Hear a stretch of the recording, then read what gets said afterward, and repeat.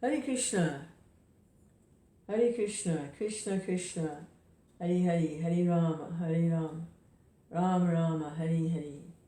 I'm going to read a little bit from Krishna book, which is a summary study of the 10th canto of Srimad Bhagavatam by His Divine Grace, E.C. Bhaktivedanta Swami Prabhupada.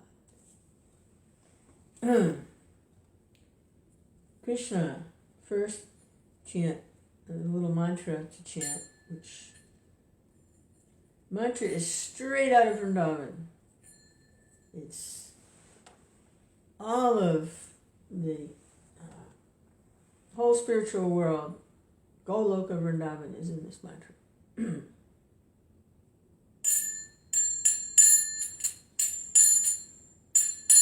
Jaya Radha Madhava Kunja Bihari Jaya Radha Madhava Kunja Bihari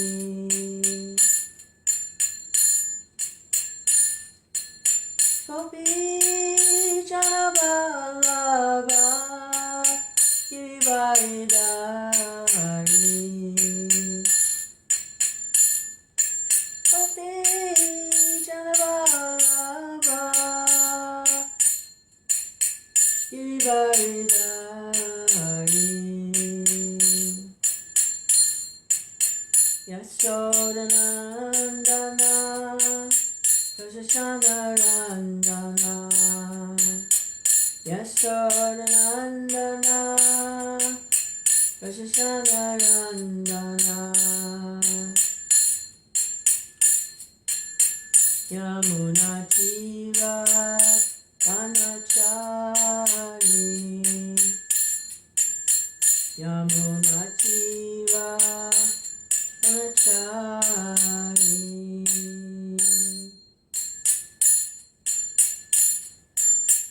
Hare Krishna, Hare Krishna, Krishna Krishna, Hare Hare, Hare Rama, Hare Rama, Rama Rama, Hare Hare. Jaya Vishnupad, Paramahamsa, Paramahansa, Asa Saraswata, Shishiman, His Divine Grace, A.C. Bhaktivedanta Swami Prabhupada, Srila Prabhupada Ki Jai.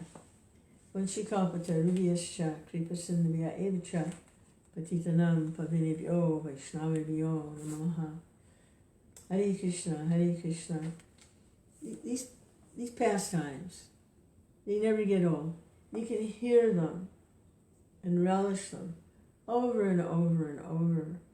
Always fresh, always new, always wonderful. Hare Krishna. Like, there's one pastime of when Krishna reveals the universal form to Mother Yasoda. Chapter 8, I think. And somehow, the last couple days, I've heard that pastime 4 times. I read it once, and then I heard it somewhere, and then I listened to it, Prabhupada's original dictation tapes, where he was dictating at night. He dictated all of this at night when everyone was sleeping. It was quiet. And listen to him speak it. That's before it was in printed form. And then tonight, with a couple devotees, we got together and we did some reading, and we read that pastime where Krishna reveals the universal form to Mother Yasoda. Hare Krishna. The last 2 days, 4 times the same pastime. Hare Krishna. All right. So this happens to be, for tonight, it's the Rāsa Dance introduction It's chapter 29. And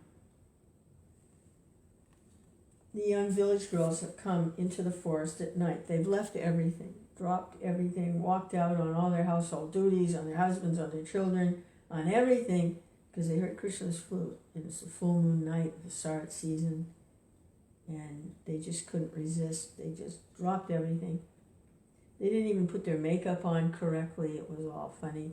And they even had their clothes weren't quite, they were a little disheveled looking when they arrived. And Krishna received them very formally. Oh, ladies, you've come. Oh. And they thought that was funny. And then he advised them to return because it was dangerous and they should go do their household duties.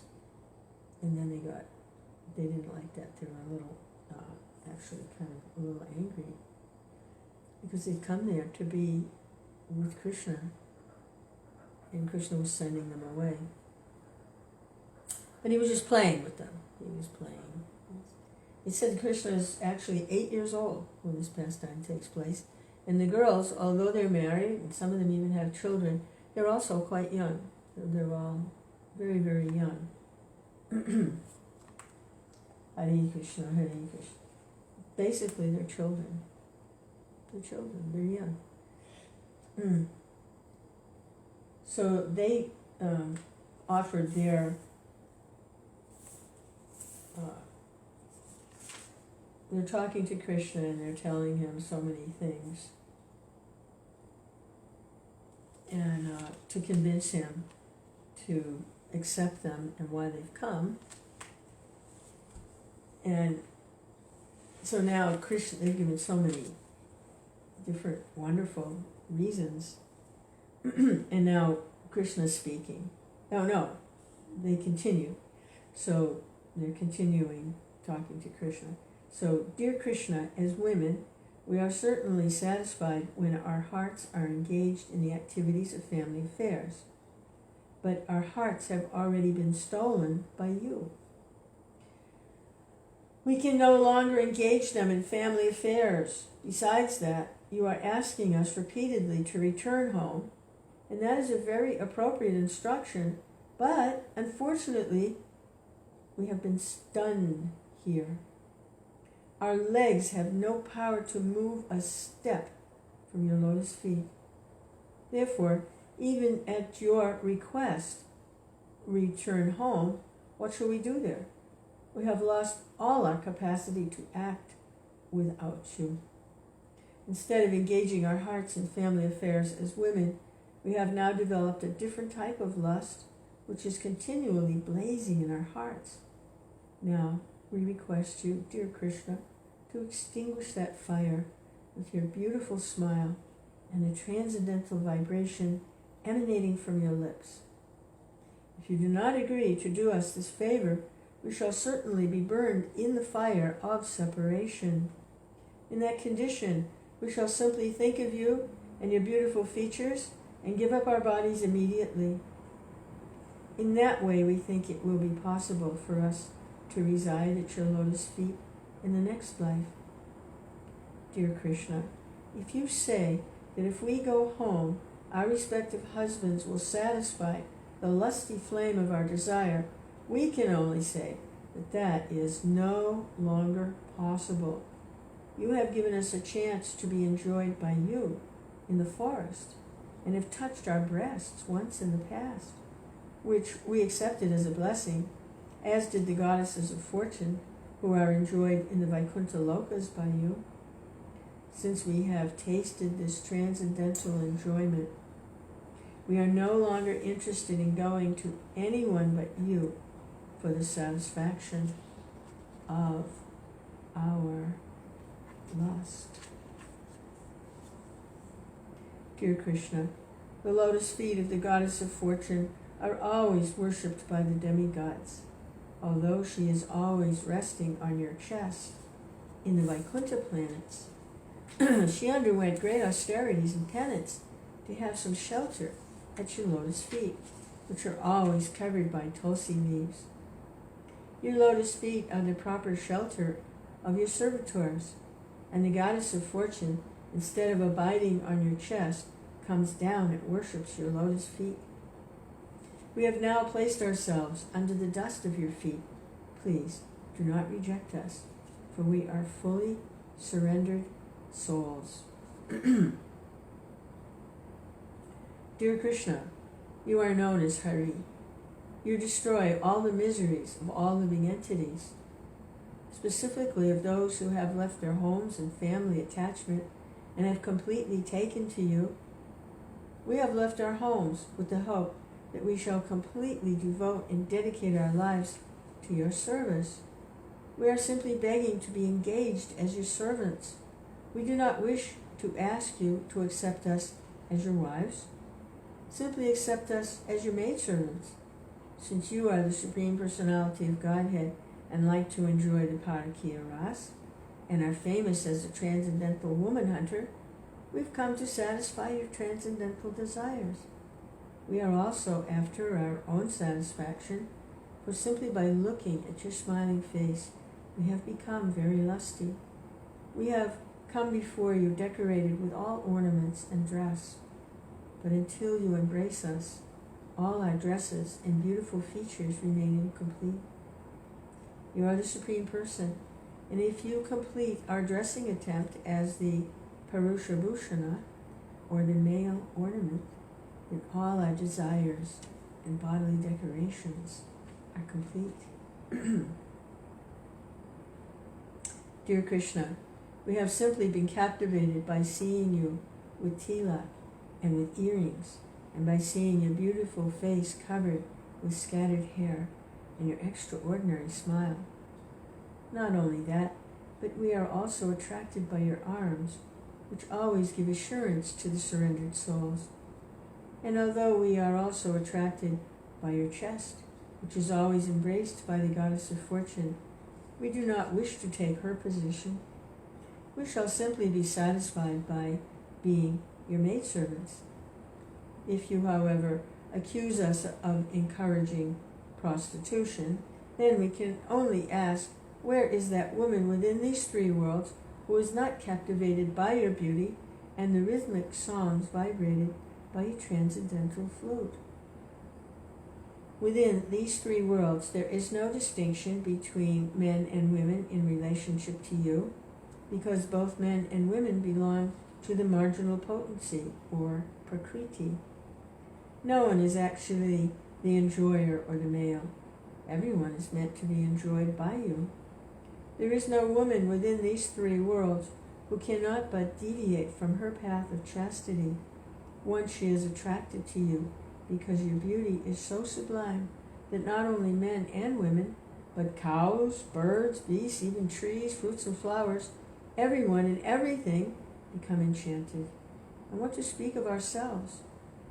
It is, however, definitely decided that as Lord Vishnu is always protecting the demigods from the onslaught of demons, so you have also advented in Vrindavan just to give the residents protection from all kinds of distress.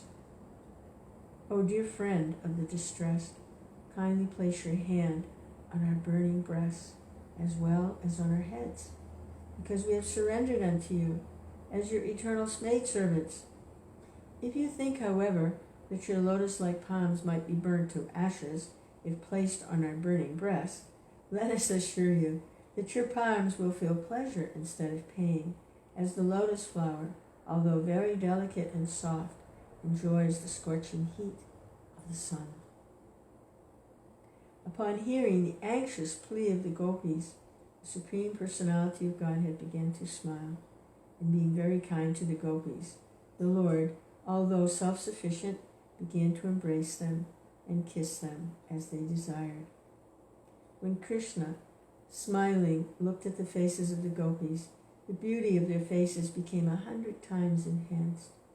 When he was enjoying them in their midst, they appeared just like the full moon surrounded by millions of shining stars. Thus, the Supreme Personality of Godhead, surrounded by hundreds of gopis and decorated with a flower garland of many colors, began to wander within the Vrindavan forest, sometimes singing to himself and sometimes singing with the gopis. In this way, both the Lord and the gopis reached the cool sandy bank of the Yamuna, where there were lilies and lotus flowers. In such a transcendental atmosphere, both the gopis and Krishna began to enjoy one another. While they were walking on the bank of the Yamuna, Krishna would sometimes put his arms around a gopi's head, breast, or waist. Pinching one another and joking and looking at one another, they enjoyed. When Krishna touched the bodies of the gopis, their lust to embrace him increased. They all enjoyed these pastimes. Thus the gopis were blessed with all mercy by the Supreme Personality of Godhead, for they enjoyed his company without a tinge of mundane sex life. The gopis, however, soon began to feel very proud, thinking themselves to be the most fortunate women in the universe by being favored by the company of Krishna. Lord Krishna, who was known as Keshava, could immediately understand their pride caused by their great fortune of enjoying him personally, and in order to show them his causeless mercy and to curb their false pride, he immediately disappeared from the scene, exhibiting his opulence of renunciation. The Supreme Personality of Godhead is always full with 6 kinds of opulences, and this is an instance of the opulence of renunciation. This renunciation confirms Krishna's total non-attachment. He is always self-sufficient, and he is not dependent on anything. This is the platform on which the transcendental pastimes are enacted. Thus end the Bhaktivedanta purport of the 29th chapter of Krishna, the Rāsa Dance, introduction.